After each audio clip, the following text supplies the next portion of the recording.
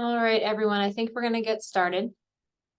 So my name is Lisa Eddy, and I am the Competitive Research and Education Coordinator here at Virginia Sea Grant. And I am joined today by my coworker, Hillary, who I'll let introduce herself. Hi, everyone. I'm Hillary Parmas here. I am the Professional Development Coordinator for Virginia Sea Grant. It's nice to see everyone. Welcome. I'll be monitoring the chat today. So if you have questions, please feel free to put your questions in the chat. I'll make note of those and we'll get to those at the end of the session. Great. Thanks, Hillary. So today I just want to quickly kind of overview our graduate fellowship program. And then really leave most of the time for your questions, either via the chat or at the end if you want to ask after the information comes up. We're going to start today is just kind of with a brief overview of the application process and then a few pointers. So I guess let's get started. So what is the Graduate Fellowship Program? So Virginia Sea Grant offers the Graduate Fellowship every year. And what we do is we invest in people. And the fellowship supports graduate students, both master's, PhD, and professional degree students that are currently enrolled in Virginia universities. And they have to be doing some kind of inquiry-based problem solving or research in coastal marine sciences. But I do want you to know that is broadly defined. Our research fellows or our graduate fellows come from all different concentrations. Your degree can be in any discipline. People always ask us, I think the most common question is, I'm not a marine science major, and that's okay. You don't have to be a marine science or an aquaculture concentration to apply for the graduate fellowship. So what you do have to be doing is work that is relevant to Virginia Sea Grant's strategic plan, and you can find that on our website, or if you want, just shoot me an email and we can get it out to you if you have any questions on whether or not your research is going or your work is going to be relevant. As far as the fellowship experience, the graduate fellowship provides financial support for your academic expenses. We're not funding your research, we're funding you. So if that's a stipend, if that's travel, if it's professional development, those are the kinds of things that the money is going to go towards. And I'm sure this is on a further slide, but it is up to $40,000 a year for up to 2 years. So the fellowship cycle will start next September and go for 2 years following that. And then big part of the experience is your hands-on experience with a professional mentor. And that mentorship can take kind of a different look depending on what your research is or what your work is. You can have a professional mentor, say in a fishery, or maybe an educational mentor if that's part of your outreach plan and you're looking to connect with students. And we'll talk a little bit more about that later. But that is a big portion of our fellowship experience, is that work with a professional mentor. All right. So the application, and this is where we're going to spend a little bit of time today. The application is slightly longer, I think, than your average fellowship application. It resembles writing a grant proposal in many ways. And part of that is the way it's set up, and part of it is just the way that our funds come through federally. So what you're going to have is your title page, which is self-explanatory, but there is a example title page on our website that you can go look at, and that's pretty much just what it purports to be. Your project narrative is going to be where you describe your research and your outreach plan. And I just want to highlight that we really do look at that community engagement outreach plan a lot when we go through the projects that are being proposed. So make sure you're outlining that in a way that it's clear what you're looking to do as far as outreach and education and communication. The applicant form, the professional mentor form, and the 2 recommendation forms. These are things that are going to be found on eSea Grant, and they're going to be questions. They're not hard as far as questions go. They're more about you than your research. They'll ask things like your leadership capabilities and your academic and professional success thus far, where you hope to go, things you'd like to learn, your professional development track. It really does give us more of an insight as to who you are And as I said, kind of in the beginning, we do invest in people, not necessarily research. So this is how we kind of get to know you, at least in an initial form on paper. And then everything, the budget and budget justification, if you have any questions about that, your advisor is a good person to speak to, because like I said, it does kind of mimic doing a grant proposal. But if not, please contact us if you have any budget questions, and we'll get samples up of what they should look like on our website, so that you can look at those as well. And then your resumes and CVs, you will need one for you, one for your advisor, and one for your mentor. Please keep them to 2 pages. We won't look at anything past that 2-page mark. And please keep it at least like 11-point font, because I'm getting old. And then those last 3 things. So the NEPA, if your project is going to be out in the environment and you need a NEPA form, if you have any questions, let us know. We can give you the paperwork. If it's not, you can just put in a statement that says it doesn't apply. And again, we'll give you more information on that in the RFP, which can be found on the website. The data management plan, same thing. And then the demographic survey, I just wanted to note this is optional. Feel free to fill it out, but also feel free to skip right over it on EC Grant. It won't affect your application at all. It's something that National wants us to push down. So it's there if you'd like to fill it out. All right, so your professional mentor, and I'm going to invite Hillary to speak a tiny bit on this slide, I believe. But as a general overview, when you're looking for a mentor, it doesn't have to be someone directly related to your research. It can be someone, like I said, it could be an educational mentor. It can be someone who's in a different part of the area you're researching in. And remember, you'd also have your academic advisor. So you don't want to double that role. Like if your academic advisor is kind of in that role already, they're mentoring you as far as your research goes in the same field. Maybe you want to broaden that horizon a little bit and look for a mentor outside of that role. You want someone who's going to complement your project. And you also want to just pay attention. So when you're going through the application on EC Grant, you'll see these forms that I was mentioning, the mentor form and the recommendation form. Those are part of what we consider, what we give to our panel when we're going through the applications. So you really have to find a mentor that is going to put the time in on answering those questions. And if they don't know you, kind of get to know you a little bit before they do, so that those questions, so that they're answering, we're getting a good sense of what this relationship is going to be and what you're each going to gain out of it. Hillary, anything you want to add to that? I think that's a pretty good overview. Just make sure that you do come up with something that works for both of you. It is a time commitment. It is something that you are going to have to come up with a plan for. It's not a huge time commitment, but it is a commitment. So make sure that the person you choose is willing to put in a little bit of time and help you with that plan and help you grow professionally. Think in different terms of growing professionally. How would you like to improve yourself through this fellowship? How do you see this fellowship helping you to reach those goals that you might have professionally or with your research? So see what you can do to kind of marry the 2 ideas together with that professional mentor. It can be very fulfilling. You can have a mentor who is, helping you to plan, helping you to reach those goals. So you want somebody who wants to be active and make sure that they, again, have the time to commit to it. I think that's about it, though. Yeah, and just as a side note, there is no standard look for like, oh, I should be meeting them once a week, once a month. It's going to be different, each person.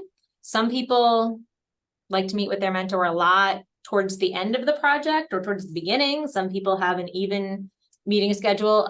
Just explain to us in both your answers and the mentor's answers, this is why we're doing it this way. This is why it works for us. There's no right answer.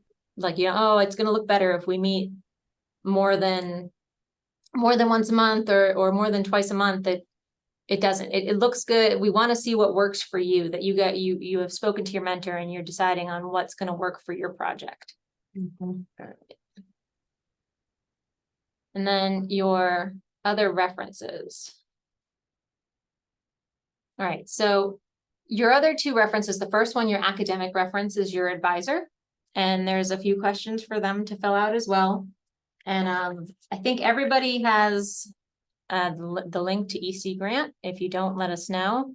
That is where you are going to register and apply for the graduate fellowship. And when you go in there, you'll see the forms, and you'll see the mentor form and the professional recommendation form. They're asking questions like, how does the applicant respond to setbacks or major challenges? Are they self-motivated? Tell us a time they used one of their skills to get through a tough process, things like that. So keep that in mind, especially when we get to the second recommendation, but keep it in mind for your advisor too. Some of you might be new to your advisor's lab, and they might not know a good story or a good example of a time where you showed really good leadership skills. So make sure you take the time to talk to them.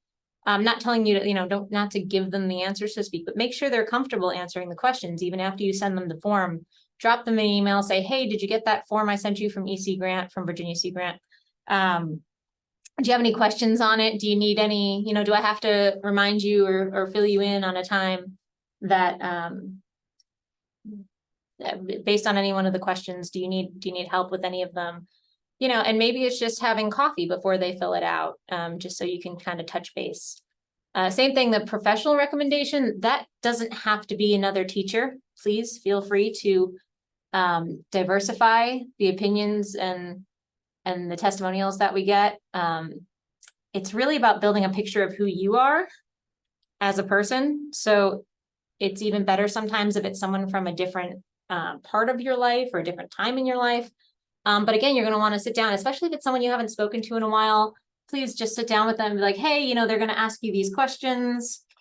Do you want to ask me any questions? Just because, again, our panel is looking at these questions just as much as they're looking at your project narrative, sometimes more.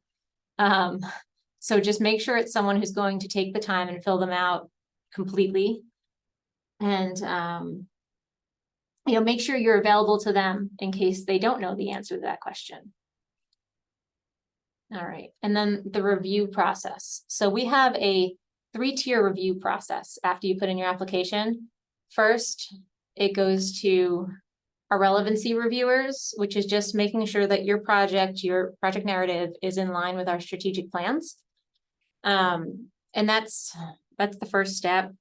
The second one would be our panel evaluation, and that's when we have professionals from all across the country kind of come together. They read your proposals, and they read also the recommendations and the mentor forms, and they give us feedback on kind of which people they think have the most potential to grow throughout the timing of the fellowship. So those are the 4 evaluation criteria listed there: the strength of academic and professional performance, the potential, the mentor relationship, and the stakeholder engagement plan, outreach plan. So do yourself a favor and just really go back and read through that RFP, and they're explained in more detail there. So, you kind of get the cheat sheet that you can use when you're putting together your application. Okay, this is what they're looking for. And make sure you address, really put some time into those 4 things so that we can see. And I mean, your CV is a good example of that. Like, as far as the academic and professional performance goes, make sure your CV is letting us know exactly what you've done. Or your resume, whichever one you're putting through. And the mentor relationship, again, just goes back to make sure you have somebody that is taking the time to fill out those questions.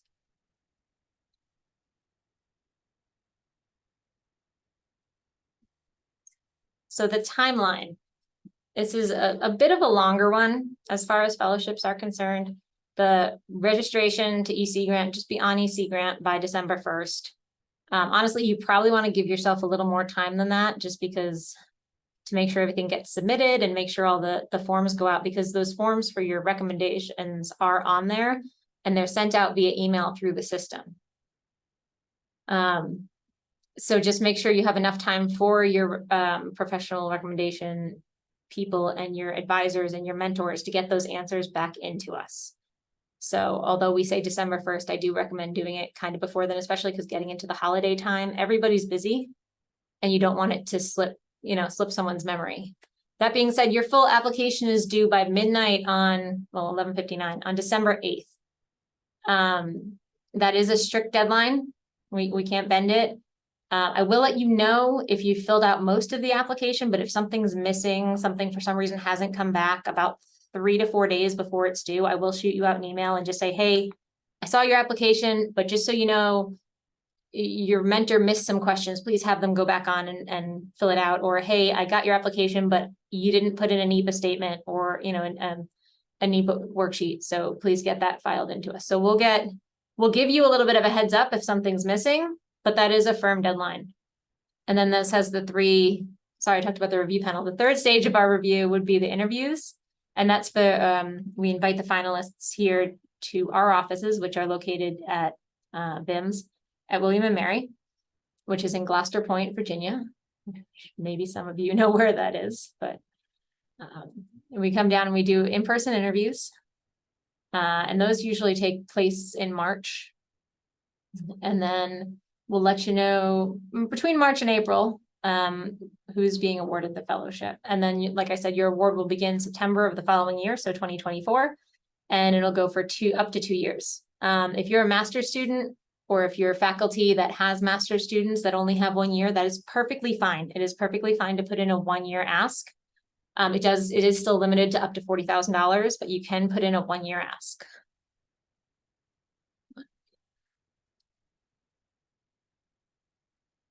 So, confirming deadlines. This has to go through your Office of Sponsored Programs, or what I know different universities call them different things. We call them Office of Sponsored Programs, or OSP. It does have to be approved by them, the whole packet. So give yourself enough time. Put it into your university to get that title page signed at least a week or 2 beforehand, so you're not missing that title page. If you have any questions about that, your advisor or Hillary or myself can answer those questions. And it's also more fully documented in the RFP. Okay, so that was kind of the 30,000 foot overview. And I know it's a lot of information. I'm hoping some of you have had a chance to kind of flip through the RFP. Based on that, though, I'm just going to open it up. Are there any questions? We do have we have a question, but I also wanted to let you guys know I did post some of the links to our website to the grad fellow page, and the EC grant direct link is in there as well. It'll take you to the direct link to EC grant as well when you click on the apply thing, the apply button right there too. So we do have a question in the chat. Thank you. Let's see. Do you have a rough estimate of the percentage of applications which are awarded the fellowship? All right, so that will depend on how many full applications we receive. Last year we received the last 2 years we're around 20 applications, and we do fund anywhere from 7 to 9 students. But that being said, I don't know how many full applications we'll receive each year. So that's the best I've got as far as percentage wise, but we do fund 7 to 9 students. You're welcome. Thanks for asking. Does your professional mentor need to be employed at a Virginia Sea Grant partner university? No, your professional mentor can pretty much, and with a grain of salt, be anybody. We actually encourage you to kind of think about it creatively. It doesn't have to be, they don't have to have a certain degree. They don't have to be employed at a university. They can be, we've had a lot of our aquaculture students use professional fishermen. We've had people use K through 12 teachers if they want to if their outreach program included a lot of education. It can be somebody at a different university if you want to tie projects together. It can be someone, you know, at an NGO or a private corporation. And if you're really stuck on a mentor, first I would recommend going to your advisor. But if you know what you want to do and you're really stuck for a mentor, you can always reach out to us, and maybe we can point you in the right direction. We would prefer you find somebody kind of on your own. But if you are really stuck, or if you want a second mentor, some people choose to have 2. It's up to you. It doesn't affect what we think of your proposal.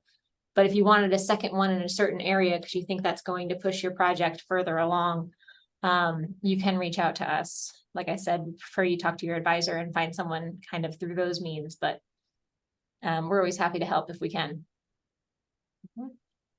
Okay, we have another question. It says, I'm working full-time while I pursue my PhD and I'm attending school at 6 credits per 9 being full-time. Does this make me ineligible? Okay, so when you say working full-time, do you mean outside of the university? Does it say, okay, well, let me just say this. If you're working within your university, you will just have to check with your university to see if you can still receive our stipend at the same time as that you're TAing or you're doing whatever work it is for the university. Other than that, though, there's no conflict with us. If you have an outside job, that's not.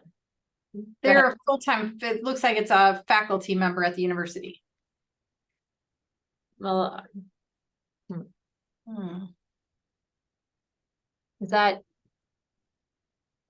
okay? So I would say just shoot me an email separately and I'll put my email in the chat. Because it's gonna depend on your university. And we might have to shoot them over a question to make sure. If you are faculty, so just shoot me an email separately and we will look into that. Let's see, we have another question. Is there an issue with proposing research that would include methods that are novel to you? Okay, I'm gonna say no, but I need you to, if you have a specific question, you can let me know, but we're, like I said, we're open to pretty much, we broadly define research or inquiry-based, evidence-based inquiry, just related to coastal and marine science. So if you're saying like a different kind of modeling or a different kind of project, I don't think that would be an issue.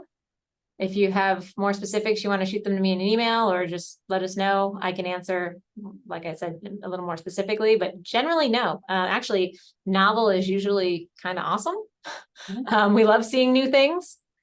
So yeah, not a problem. All right. Thank you for everyone putting in the questions too. I appreciate it. Are international students eligible to apply? Yes, you have to be enrolled as a student in a University of Virginia in Virginia, but you can be an international student. That's perfectly fine. All right, good. Let's see, I haven't had a chance to review the strategic plan yet, but I have read that your research focus needs to benefit Virginia communities. Does this restrict a student to studying ecosystems in Virginia? Do you know if this also applies to the NIMS Sea Grant Fellowship?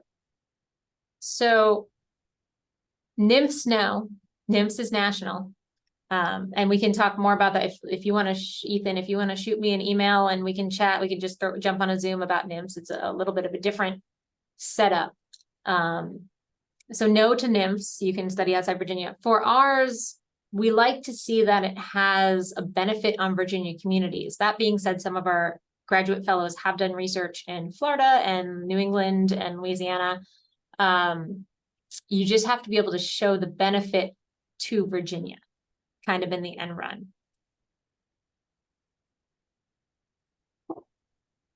Great. Any other questions? And you can they unmute themselves and yes, ask? please. Yes, students studying engineering are eligible. We have had engineering students come through as graduate fellows. Sorry, I didn't let you read that, Hillary. I was looking for the unmute. That's okay, you're all right. I was typing, it's fine. Yeah, no problem. Engineering students are definitely eligible and welcome, as are law students, policy students. If you have work you're doing that's relevant to our plan, you are all eligible and welcome to apply. Yeah, we've had quite a few students ask that question, and as long as you can fit it in. I mean, this year we have what is it? What are some of the examples this year, Lisa? We have the architecture example, landscape architecture fellow, civil engineering. Yes. So there's a lot of different areas that apply. So that's a great question. Statistics, data science. We do have we keep a pretty broad cohort of alumni as far as concentrations go, and it's always seems to be growing as these questions surrounding kind of coastal resilience and things of that nature become broader. Our graduate fellows become broader as far as their concentrations and backgrounds go. And Joseph says electrical engineering, and as long as you can get it to fit with the strategic plan and coastal and marine topics. Absolutely. Do we have any mentor to support, like giving comments to the application? So I assume sometimes for our Knaus fellowship, we pair people up with old fellows. We don't do that with the graduate fellowship. You're working with your advisor and your mentor, and they should be kind of your first line for questioning. Hillary and I are also available for general questions. So no, we don't do mentor support for this one. But like I said, if you do have a question, let us know, let your advisor know. Or if your advisor has never had somebody come through our program, a lot of times some of the other faculty in your area have, and they can help you out as well. All right, we've got a question about the RFP. It says, when you say review the RFP document, is that the same as the announcement document? Yes, I'm sorry. And thank you for calling me out for using acronyms, because I call people out for using acronyms all the time. I'm like, I have no idea what you're saying. No, RFP is the request for proposals, and that's what we call our announcement document. So thank you for pointing that out. That is exactly what I mean, the announcement document. Between that and the information on EC Grant, once you log in, there should be a fair amount of information. If you still have questions, please feel free to let us know. Good questions. Yeah, thank you. Any other questions that you can think of?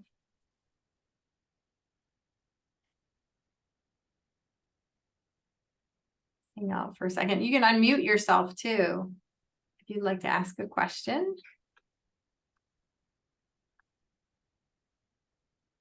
And then I'm going to drop our emails in there again. Hi. Oh, hi, go Lisa. ahead. Yeah. Yeah. So you mentioned about the $40,000, but that one will cover for the tuition fee, insurance, and other like extra expenses, or it would come directly as the stipend for the student. Okay, so it comes down, the award is up to $40,000 a year. And that when you put forward your budget, you're going to tell us how it's going to be spent. And that can cover tuition, it can be stipend, it can be travel expenses, it can be insurance, it can be if you want to go to a conference, registration fees, things like that. We just don't fund the research itself, if that makes sense. If you have a budget question, like I said, please feel free to send those over. And we'll get back to you. And I am going to get, hopefully from our financial manager, just a sample budget that I can throw up on the website for you guys so that you know what the justification and everything should look like. And again, your Office of Sponsored Programs at your university should also be able to help you with that, because it does mimic kind of a grant request. So they should know what it should look like as well. And then some of those funds are going to, like the stipend will go straight to the university, which pays it out. The travel funds are reimbursed. So it depends what you're spending money on, how it gets kind of allocated. And yeah, thank you. Okay. All right, let's see. Is there a preference for community-based research? For example, water prediction may not be community engaging, but impacts the environment. So community engagement is great. And it's something that's strongly encouraged throughout Sea Grant programs, both national and state level. But really what we want to see is community impact.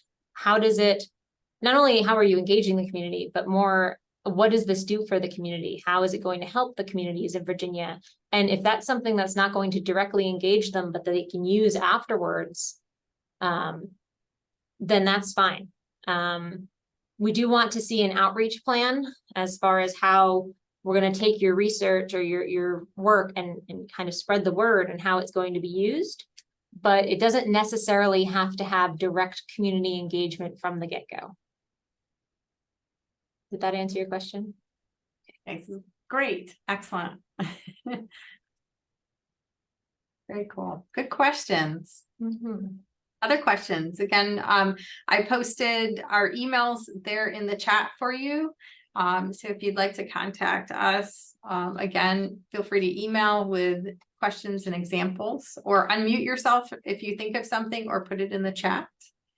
You can also say, hang on, I'm putting something in the chat. Yeah. And everybody, if you have questions as you go through the process about EC grant or anything like that, please let us know. You can shoot out an email to me anytime, or Hillary. We're happy to help you out if EC grant is not cooperating. So Maria says, do you have sample applications available, or is there any way to see past or accepted applications? So we do not have past applications available to view. I will put a sample budget justification and title sheet up. So you can see those parts of it, but the main bulk of your application is going to be those, your personal form, your applicant form, your mentor form, and your 2 professional recommendations. And those are filled out each by, your mentor or your advisor, your third party reference. So those are going to be kind of personal to the person. So seeing an old one is not necessarily going to help for those, because it's going to be very specific to your program, your plan, and what your professional development track looks like. Where do you want to wind up, and how are you going to get there, and how can we help you by supporting you financially and through our program? How can we help you get there? So we offer, as on top of the funds that we're doing throughout this fellowship, we have a professional development program through Hillary. That's why she's here helping out. And her whole goal is to help you get wherever that career path you want to be on is. And we want to know how we can help you get there. So make sure that's in your answers. Let us know, one of those, the categories, the qualifications is, let me just jump back. Nope, too far. Is the academic and professional potential. And that's, we understand you guys are still students, you're still learning, you're still doing things. And, we want to see you go out and achieve great things, and we want to just help you get there. So let us know where you're headed. And also, if you look at the application itself, it's got some really good guiding questions in there. Those questions are there to help you, and they typically do a good job at kind of getting the ideas going, but more in a personal way. We just want to know more about you. Great. Other questions?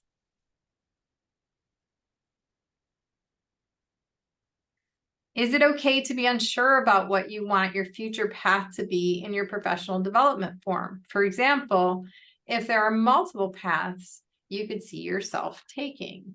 Yes, absolutely. And I apologize if I made it sound like you had to know, like, this is where I'm going. No, one of our favorite things is to have alumni back to talk to our current fellows and have them explain their career tracks and what they thought it was going to be and what it turned out to be, and how crazy and different and kind of wacky it got in between. Because there isn't one straight path to a specific career. And some people, I still don't know what I want to be when I grow up. I don't know about you guys, but it's fine if you don't know what it's going to be. Again, Hillary is here to help you with that. And once you're a fellow, and you're going to see the professional development prompts in the application.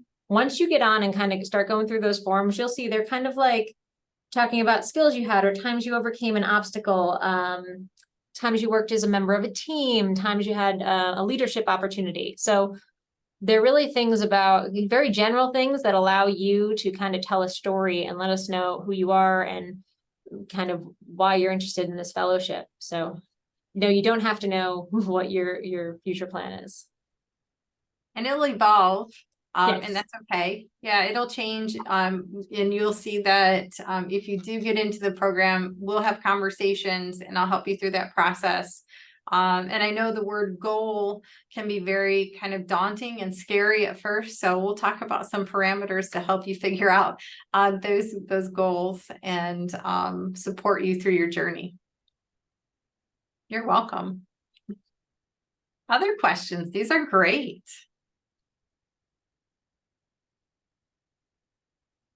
Let's see, we'll hang out for a couple minutes and see if anyone else has anything. And again, if you think of something afterwards, you can just let us know. Email us and say, you know, hey, I've thought about this afterwards, or I'm looking at the application and I have a question. Absolutely reach out.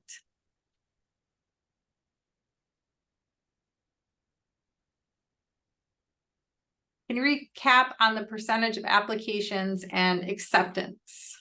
Sure. Mostly because the answer is we don't really know. It does depend how many applications we get each year. The last 2 years we've been around 20, and we do fund between 7 and 9 students. So it depends how many applications we get. We usually don't change that number too much between the 7 and 9 students. So the percentage change just based on how many people put in applications.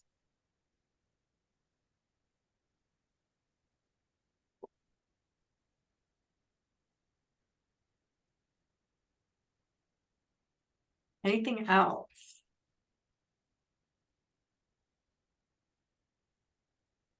Or anything else we can clarify? And again, we're always happy to jump on a short Zoom call or answer an email. So just reach out if you have any questions. Is there a way to connect with previous award winners? So we don't actually connect you with previous award winners, but I mean, our previous fellows are listed on our website, usually the last year. And also, if you ask around your campuses, you're going to find Sea Grant fellows. We have graduate fellows at most of the schools in Virginia that have coastal related programs. And if we don't, let us know. If there's someone that, you know, if you're in a specific concentration, you're like, hey, how would I make this fit? Maybe we can find somebody you can speak to. But yeah, I would ask your advisor if Yeah. anybody else. Also, is this fellowship sponsored by NOAA? Yeah.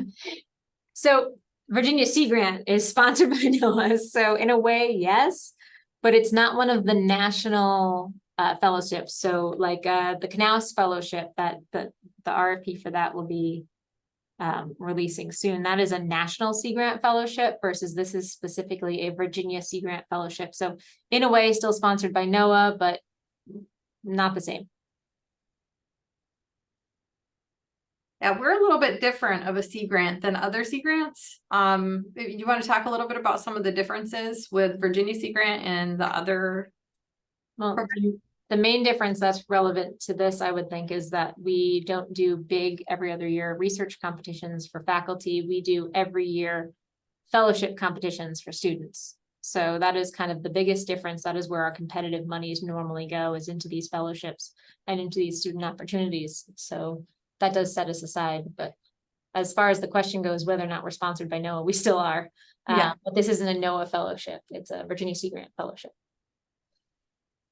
Now, NIMPS is NOAA, correct? Yes, NIMS is national. You still apply through Virginia Sea Grant, but we just kind of, it's almost, we reduce the number of applications for them and send them forward. So Knaus and NIMS are a little different. And if you have any questions about those, again, shoot me an email.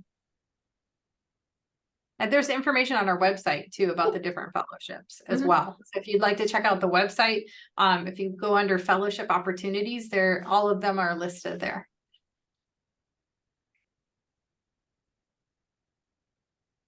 Could you provide us with the recording? Yes, I am recording, hopefully. It says we are, yeah. Okay, so it is being recorded. I'll have our communications department post this webinar to the website.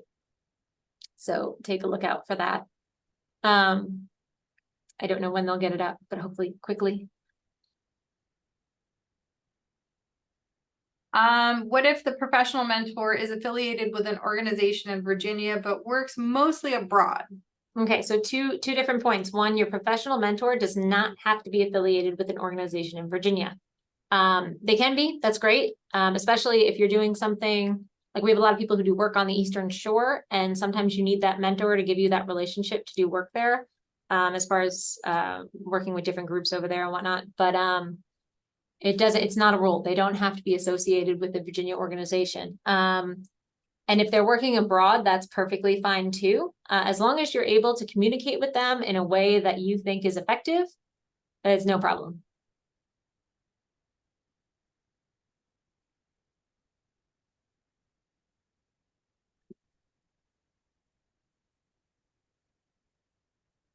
No problem. Good questions. Anything else?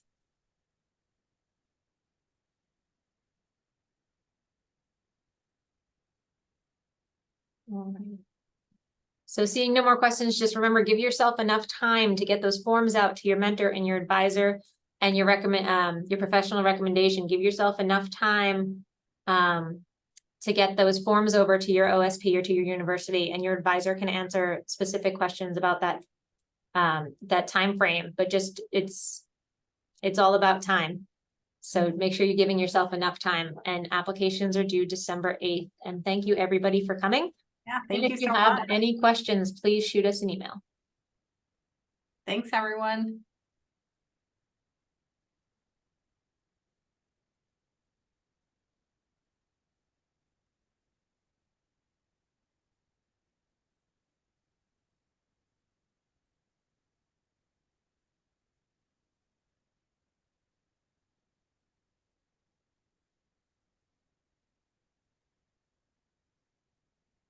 Okay, let's see.